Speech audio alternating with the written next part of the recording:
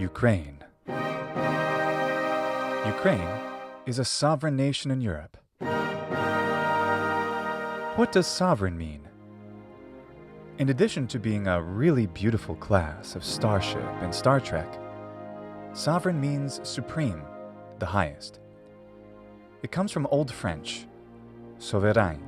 In modern French, it's souverain, and is hypothesized to have come from Proto-Romance superanus, from Latin super, meaning above.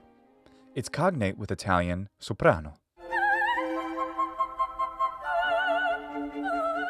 The G in the modern English spelling, which wasn't present in the Middle English spelling, was added based on the false assumption that it was connected etymologically with to reign, from Latin regnare, to rule, and regnum, kingdom.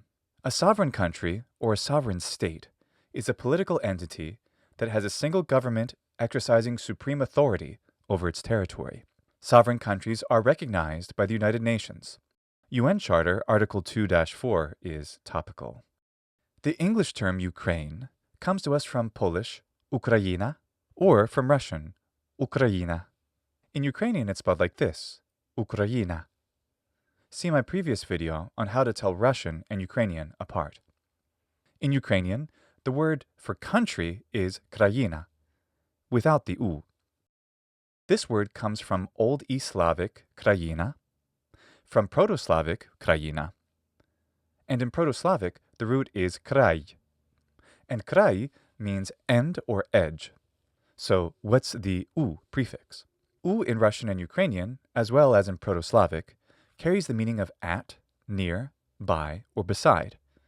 It comes from Proto-Balto-Slavic, au, which is from Proto-Indo-European, and I won't attempt to pronounce this word, but it's cognate with Lithuanian, au. This Proto-Indo-European word, meaning away from, off, or again, comes into many different languages. For example, modern Irish, o, meaning from or of, such as can be found in a lot of Irish surnames, like O'Brien. I am Chief Miles Edward O'Brien. I'm very much alive and I intend to stay that way. In Latin, it becomes aut, meaning or, as well as aute, meaning however.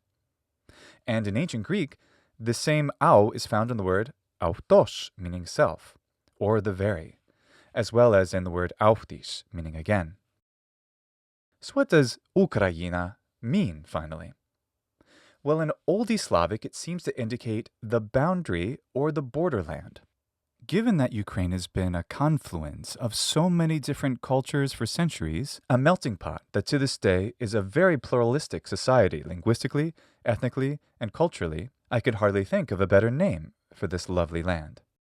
As for other possible meanings of Ukraina, inside land and marshes have also been proposed. A note on orthoepy, which means the prescribed correct pronunciation of things. Some people say Ukraine, but generally most English speakers say Ukraine, though both are perfectly acceptable. For a long time in English, the country has been called the Ukraine, which regularly occurs for English names of countries that have plural constructions, like the Philippines, the Netherlands, the United States. It also occurs for the United Kingdom, though, so it's not exclusively for plural names. But it does seem to happen for country names that have an adjective plus a noun, such as in the older name for Czechia, the Czech Republic. While it has fallen out of favor to say the Ukraine, I'm not beaten yet! I still have armies in the Ukraine! and today most people just say Ukraine, both are perfectly fine in English. I can hardly see Ukrainians minding, since neither Russian nor Ukrainian has a word for the. You not say Ukraine weak? See my video about the article. It's also commoner to hear Kyiv today as the name of the capital city, instead of Kiev or Kiev.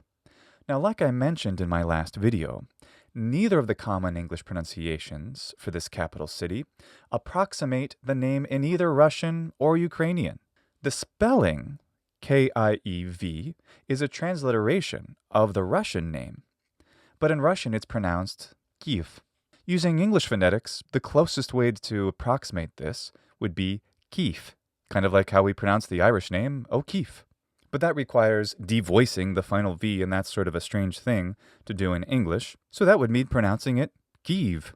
Kyiv is a pretty close approximation of the Russian pronunciation of the city. The newer spelling, Kyiv, is a transliteration of the Ukrainian name, but it's pronounced something closer to Kyiv.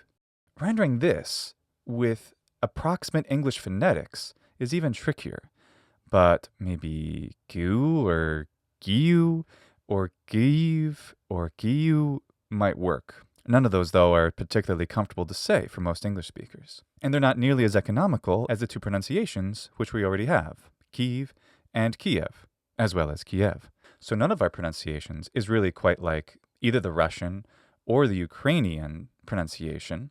And while using a transliteration based on Ukrainian is a perfectly fine idea, most Ukrainian citizens speak both Ukrainian and Russian, kind of like many Canadians speak both French and English. So I don't see anything inappropriate with either spelling or any of the English pronunciation options. Thanks so much for watching, sharing, and subscribing. Mir i svoboda. Mir i svoboda.